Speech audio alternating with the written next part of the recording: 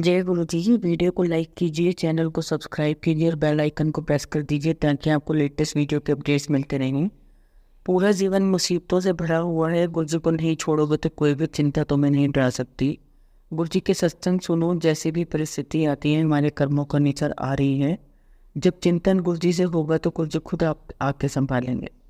जय गुरु जी। आज जो मैं आप सबके साथ पहला सत्संग शेयर करने जा रही हूँ रवि रॉय अंकल ह्यूस्टन का है और अंकल जी अमेरिका से हैं। चलिए आज का सत्संग अंकल जी की जुबानी ही सुनते हैं और जानते हैं कैसे गुरु जी की दया अंकल जी के जीवन में बरसी है।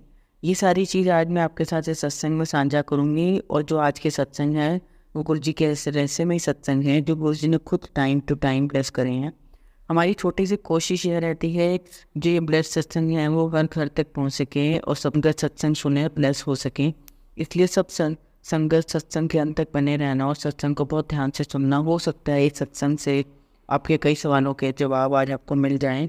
चलिए आज का सत्संग शुरू करें। जय गुरु जी। 1995 में श्री रॉय जो एक कम जहाज के कप्तान हैं जालंधर में अपने घर पर थे जब उनकी बाईं आंख की दृष्टि धुंधली हो गई। परीक्षण से पता लगा कि उनकी आंख के पीछे के पर्दे में आ रही एक स्नायु में समस्या थी। सौभाग्यवश उस समय उनकी माँ और पत्नी डिफेंस कॉलोनी में गुरु जी के मंदिर में किसी का कोई संदेश लेकर गई थी। उसके पश्चात उनकी माँ चाहती थी कि उनका पुत्र गुरु जी के दर्शन के लिए जाए।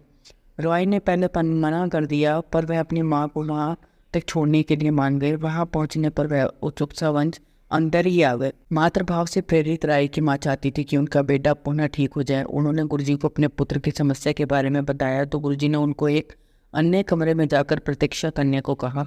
राय उस कमरे में अधीर हो चले थे और उनके मन में विचार आया कि वे वहाँ क्या कर रहे हैं। ठीक उसी समय गुरुजी ने उस कमरे में प्रवेश किया और पूछा कि वे उनके लिए क्या कर सकते हैं। उन्होंने राय को कुछ पान के पत्ते लाने को कहा। उन्होंने अभिमंत्रित कर रहे उन्होंने राय को उस इस निर्देश के साथ दिए कि वह उसे अपनी आँख के ऊपर रखकर 1 घंटे के लिए हल्की पट्टी बांध दे। उसके बाद उन पत्तों को बहते जल में प्रवाह कर दे। शाम को वैसा ही किया और 1 घंटे के पश्चात उनकी आँख की दृष्टि ठीक हो गई। राय ने गुरुजी के दर्शन के लिए जाना आरंभ कर दिया। तीसरी या चौथी बार जाने पर उन्हें एक स्वप्न दिखाई दिया। स्वप्न में उन्हें उठाया गया और उन्होंने देखा कि उनके कमरे की दीवार पर नीली आभाएं। उसमें उन्हें शिव दिखाई दिए और उनके पीछे पीले कपड़े धारण किए गुरुजी। पर गुरुजी के सिर के स्थान पर शिवलिंग था। उन्होंने अपनी पत्नी अनु को जगाया पर तब तक वह आबाद दृश्य हो गई। इस समय तक राय शिव को मात्र कल्पना मानते थे। गुरुजी ने राय परिवार पर अपनी कृपा करनी आरंभ कर दी थी। अनु के पेट के निचले हिस्से में मेरुदंड का एक चक्र हिला हुआ था। वह सदा चौड़ी पेटी बांधे रहती थी। चिकित्सकों के अनुसार उसका एकमात्र निवारण शल्यक्रिया था, परंतु उसमें सबसे बड़ी विपदा थी कि अनजाने में किसी अन्य नस को चोट पहुंचने से लकवा हो सकता था। गुरुजी को इस समस्या का पता लगने पर उन्होंने चम्मच अन्नू की पीठ पर लगाकर निरीक्षण किया। उसकी वेदना तुरंत समाप्त हो गई और पुनः कभी नहीं हुई।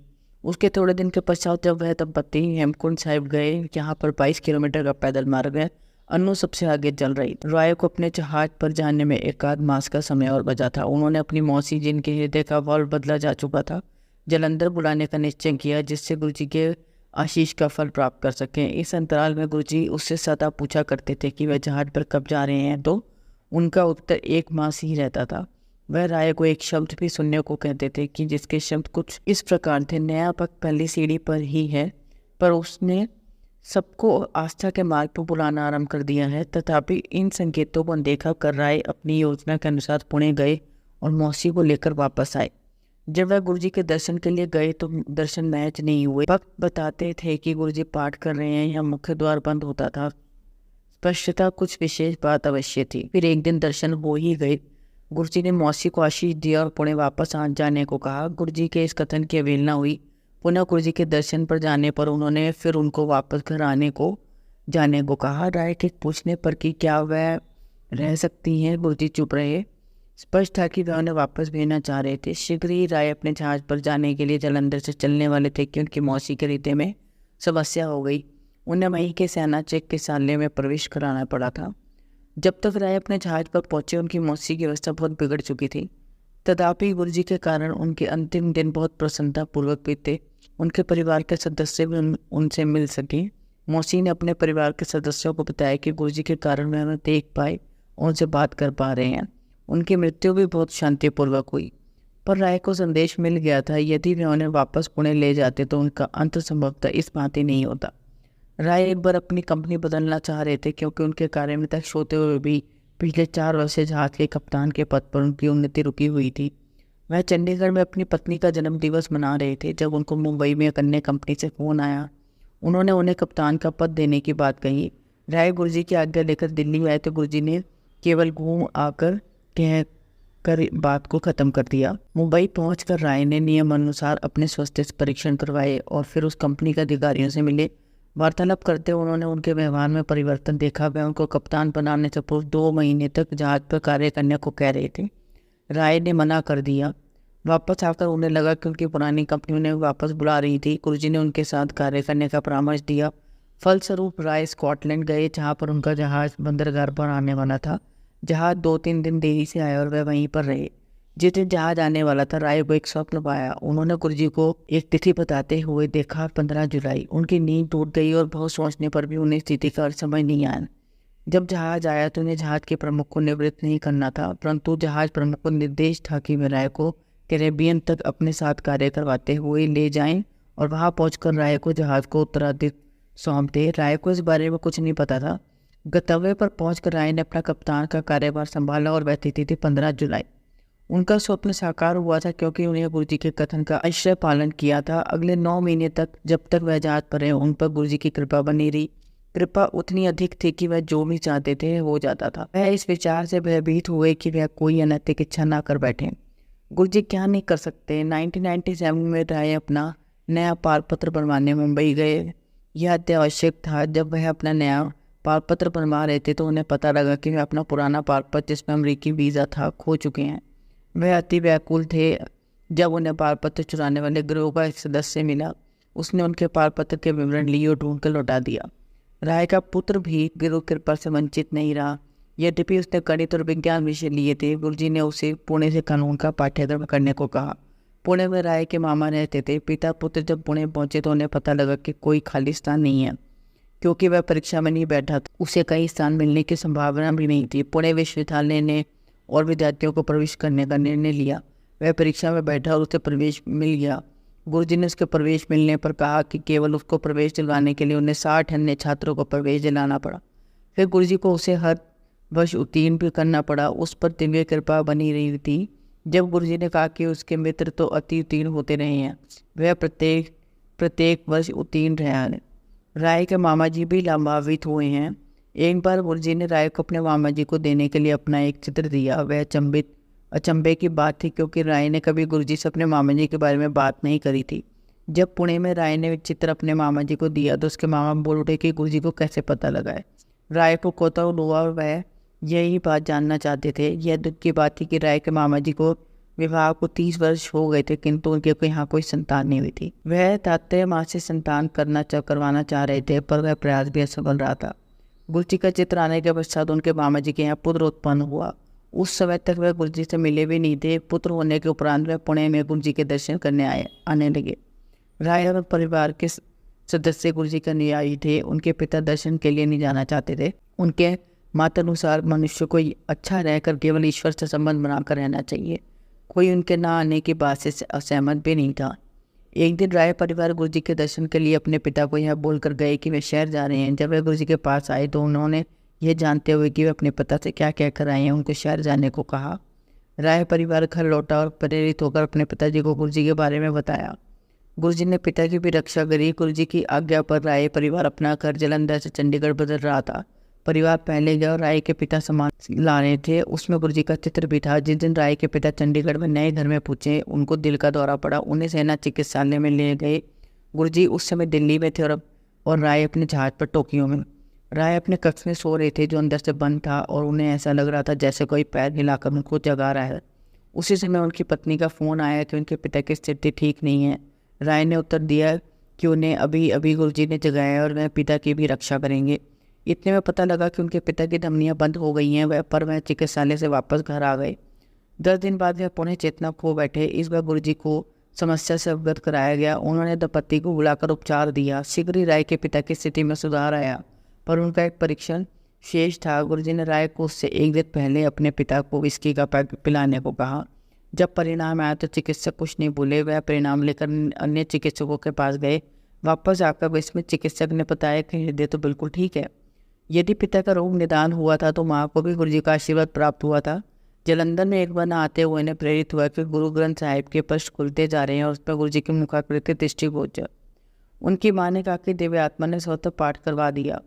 संगत जी, अब हम जलंधर से राजेंद्र पाल सिंह रंधावा अंकल जी का सत्संग सुनेंगे। राजेंद्र रंधावा जलंधर के एक होनहार राजनीतिज्ञ थे। जब अचानक उनके जीवन में तूफान आ गया, वह जलंधर जनपद युवा कांग्रेस के अध्यक्ष थे। उस समय वह अकाली दल से समझौता करने पुलिस थाने जा रहे थे। राज्य सरकार ने उनकी सुरक्षा के लिए एक बंदूकधारी दिया हुआ था। जैसे ही दोनों दल पुलिस थाने पहुंच रहे थे, रंधावा पर आक्रमण हुआ। उनका बंदूकधारी रक्षक अकाली दल के राजनीतिज्ञ रंधावा के बीच में आ गया। विरोधी दल के उस राजनीतिज्ञ ने अपनी पिस्तौल निकालने का प्रयत्न किया, पर उस हंगामे में बंदूकधारी की गोली चलने के कारण उस राजनीतिज्ञ की मृत्यु हो गई। रंधावा पर दफा 302 के माध्यम से अभियोग लगाया गया, जिसमें 10 वर्ष तक कारावास की संभावना थी। उनके परिवार वालों ने साधुओं और संतों के चक्कर लगाए, पर कोई लाभ नहीं हुआ। फिर रंधावा की पत्नी गुरुजी के द्वार पर आई। गुरुजी ने उसको कहा कि उनका प्रेम विवाह हुआ है और उसकी प्रेम शक्ति उसके पति को बचा लेगी। उन्होंने भविष्यवाणी करी कि दोनों दलों में समझौता हो जाएगा। फिर गुरुजी दिल्ली चले गए। रंधावा सुनवाई आरंभ होने की प्रतीक्षा में कारावास में ही रहे। उनके पास गुरुजी का चित्र था, जिसे अपना जीवन रक्षक समझकर सदा अपने पास रखते थे। शीघ्र ही रंधावा को 2 सप्ताह की जमानत मिली। निकलते हुए गुरुजी के पास भागे हुए आए और चरणों में अपने को रोने से नहीं रोक पाए। गुरुजी ने कहा कि वे विधानसभा के सदस्य मंत्री भी बनेंगे। रंधावा तो उस समय अपने कारावास में रहने के अन्यथा कुछ सोच भी नहीं पा रहे थे। गुरुजी से परामर्श लेने के पश्चात उन्होंने 6 महीने की जमानत के लिए आवेदन किया, जो उन्हें मिल गई। इस अंतराल में ही मृत अकाली नेता के परिवार के साथ समझौता हो गया। रंधावा ने उस घटनाक्रम का वर्णन करते हुए बताया कि क्या हुआ था और कैसे उन जैसे निर्दोष पर अभियोग लग गया था। जहाँ तक मुकदमे का प्रश्न था, प्रमाण रंधावा के पक्ष में थे, किंतु मुकदमा लंबा होता जा रहा था और न्यायाधीश तिथि बढ़ाते जा रहे थे। अंतिम सुनवाई से एक दिन पहले गुरुजी जलंधर पहुंचे। रंधावा कहते हैं कि गुरुजी अपने आशीर्वाद देने ही आए होंगे। उनकी पत्नी सदगुरु के पास पहुंची तो उन्होंने कहा कि न्यायाधीश अगले दिन अपना निर्णय सुना देंगे। सब कुछ गुरुजी के कहे अनुसार ही हुआ। न्यायाधीश ने रंधावा को निर्दोष घोषित कर उन्हें मुक्त किया और पूर्ण निर्णय भी उसी दिन दे दिया। न्यायालय से मुक्त होने के पश्चात रंधावा सीधे गुरुजी के कमल चरणों में गए। मुक्त नेता राजनीति छोड़ना चाह रहे थे, किंतु गुरुजी ने उनका कर्तव्य बताकर उन राजनीति में बने रहने के लिए कहा। गुरुजी की कृपा से ही रंधावा मुक्त हुए। गुरुजी दया के स्वरूप हैं। उनके लिए कोई भी उच्च या निम्न नहीं है। शायद प्रगति की पुकार भी उन तक पहुंच जाती है। आश्चर्य नहीं है कि रंधावा के फालतू पशुओं को भी उनका आश्रय प्राप्त हुआ। रंधावा को कुत्तों से प्रेम था। वह उनके बचपन से उन्हें पालते रहे थे, किंतु कोई भी जीवित नहीं रह पाता था। ऐसा लग रहा था कि उनके रोत लीवर का भी पहले पशुओं जैसा अंत हो जाएगा। रंधावा उसको पशु चिकित्सक के पास लेके गए तो उनके उपचार का अथाह प्रयत्न किया गया, किंतु वह उल्टिया किए जा रहा था। रंधावा उस नन्हे पशु को वापस ले आए। फिर अचानक उनके मन में विचार आया और वह उसे गुरुजी के पास ले गए। मार्ग में ही उन्हें गुरुजी कुछ भक्तों के साथ मिल गए। दोपहर का समय था और उन्होंने रंधावा से पूछा कि क्या उन्हें पशुओं का भी ध्यान रखना पड़ेगा। रंधावा ने उत्तर दिया कि वह तो संयोग से मिले थे। गुरुजी के आशीष से उसका स्वास्थ्य ठीक हो गया और वह 6-7 वर्ष और जीवित रहा। जय गुरुजी। आप सबको कहानी सुनाती हूँ, आप सब कहानी को बहुत ध्यान से सुनना। कहानी का शीर्षक है विल्मा रुडोल्फ। संगत जी, ज़िंदगी अगर हौसले से भरी हो तो कोई भी कमज़ोरी हमें आगे बढ़ने से नहीं रोक सकती। हम अपनी हिम्मत, ताकत और जुनून से ऐसे ऐसे कारनामे कर सकते हैं जिन्हें दूसरे नामुमकिन समझते हैं। इस संसार में ऐसे कई नाम हैं जिन्होंने अपनी जिद पूरी करके सबको हैरान कर दिया, और ऐसा ही नाम है विल्मा रुडोल्फ का। संघर्ष से लेकर सफलता की सच्ची कहानी है विल्मा रुडोल्फ की। विल्मा रुडोल्फ इस बात का एग्जाम्पल है कि अगर इंसान चाहे तो अपनी जिद और जुनून के साथ नामुमकिन को नामुमकिन कर सकता है। Wilma Rudolph real life story हम सभी के लिए प्रेरणा का बहुत बड़ा स्रोत है। विल्मा रुडोल्फ के जीवन में बहुत कुछ ऐसा हुआ जो आपको ज़िंदगी में कुछ करने के लिए ज़रूर मोटिवेट करेगा, तो आप सब इसे ज़रूर अंत तक सुने। अमेरिकी रनर विल्मा रुडोल्फ की कहानी साबित करती है कि जीवन में कुछ भी हासिल करना नामुमकिन नहीं है। रेसिंग की दुनिया की एक ऐसी महिला खिलाड़ी जिसने बचपन में पोलियो होने के बावजूद ओलंपिक में 1 नहीं 2 नहीं बल्कि 3 गोल्ड मेडल जीते। विल्मा रुडोल्फ का जन्म अमेरिका के टेनेसी में हुआ है। उनके परिवार की आर्थिक स्थिति भी काफ़ी कमज़ोर थी। विल्मा को महज 4 साल की उम्र में पोलियो हो गया, जिसकी वजह से वो विकलांग हो गई। विल्मा नी प्रेस के सहारे चला करती थी और डॉक्टर ने भी विल्मा की माँ को कह दिया था कि वो कभी अपने पैरों पर चल नहीं पाएंगी। लेकिन विल्मा की माँ ने कभी हार नहीं मारी। उन्होंने हमेशा अपनी बेटी के मन में ये विश्वास बनाए रखा कि एक दिन वो दूसरे बच्चों की तरह चल सकेंगी, जिसकी वजह से विल्मा अक्सर अपनी माँ से चलने दौड़ने के बारे में सवाल पूछा करती थी। 9 साल की उम्र में विल्मा ने जिद करके अपने पैरों पर लगे नी ब्रेस निकलवा दी और चलने की कोशिश करने लगी। इस दौरान विल्मा रुडोल्फ काफ़ी चोटिल हुई, लेकिन उन्होंने अपनी जिद नहीं छोड़ी। उन्होंने जिद ठान ली थी कि अब बस उन्हें किसी की कीमत पर चलना है। उनका हौसला और मेहनत रंग लाया और 13 साल की उम्र में वो दौड़ने लगी। विल्मा ने 13 की उम्र में ही अपनी पहली दौड़ में हिस्सा लिया, लेकिन उस रेस में वो हार गई। विल्मा का जीवन 14 साल की उम्र में बदला जब वो हाई स्कूल में बास्केटबॉल खेल रही थी। उनके हाई स्कूल के track and field coach Ed Temple ने विल्मा की प्रतिभा को पहचाना और रनर बनाने के लिए मोटिवेट किया, जिसके बाद विल्मा ने रेसिंग की बहुत प्रैक्टिस करी और 14 साल की उम्र में उन्होंने टेनेसी समर कैंप में रनिंग के सभी कंपटीशन जीत लिए। 1956 में विल्मा ने US Olympic track and field trial में हिस्सा लिया, जहां उन्होंने शानदार प्रदर्शन करते हुए मेलबर्न ओलंपिक्स के 200 मीटर रेस के लिए क्वालिफाई कर लिया और उस रिले रेस में कांस्य पदक हासिल किया। 1960 रोम ओलंपिक में विल्मा ने अपने प्रदर्शन से रेसिंग की दुनिया में एक नया कीर्तिमान हासिल कर लिया। विल्मा ने इस ओलंपिक में 100 मीटर, 200 मीटर, 104 मिले रेस में गोल्ड मेडल जीत लिया। विल्मा एक ओलंपिक में 3 गोल्ड मेडल जीतने वाली पहली अमेरिका महिला बनी और यही नहीं, विल्मा उस वक्त की सबसे तेज रेसर भी बनी। विल्मा ने 23.2 सेकंड में 200 मीटर रेस जीतकर दुनिया की सबसे तेज रेसर बनने का गौरव हासिल किया। सीख जो हमें इस कहानी से मिलती है वो ये है कि ये प्रेरणादायक कहानी हमें ये सिखाती है कि कभी कभी हमारी कमजोरी हमें हमारी असली ताकत से मिलाती है और उस ताकत से हम हर वो चीज़ पा सकते हैं जो हम चाहते हैं। इस दुनिया में नामुमकिन जैसा कुछ भी नहीं होता। हमारी कोशिशें ही हमें कामयाब बनाती हैं और हमारे हौसले ही हम अपनी मंजिल तक पहुंचाते हैं। अपनी मंजिल को पाने के लिए हम हर किसी को थोड़ा जिद्दी ज़रूर होना चाहिए, क्योंकि हमारी ज़िद हमें कभी हारने नहीं देती। जिद्दी और जुनून हमें कामयाबी ज़रूर दिलाती है। जय गुरु जी। संगत जी, अगर आपको आज का सत्संग अच्छा लगा हो तो आप इस सत्संग को और संगत के साथ ज़रूर साझा करें, जिससे वो भी महाराज का दिव्य आशीर्वाद प्राप्त कर सकें। जय गुरु जी। शुक्राना गुरु जी।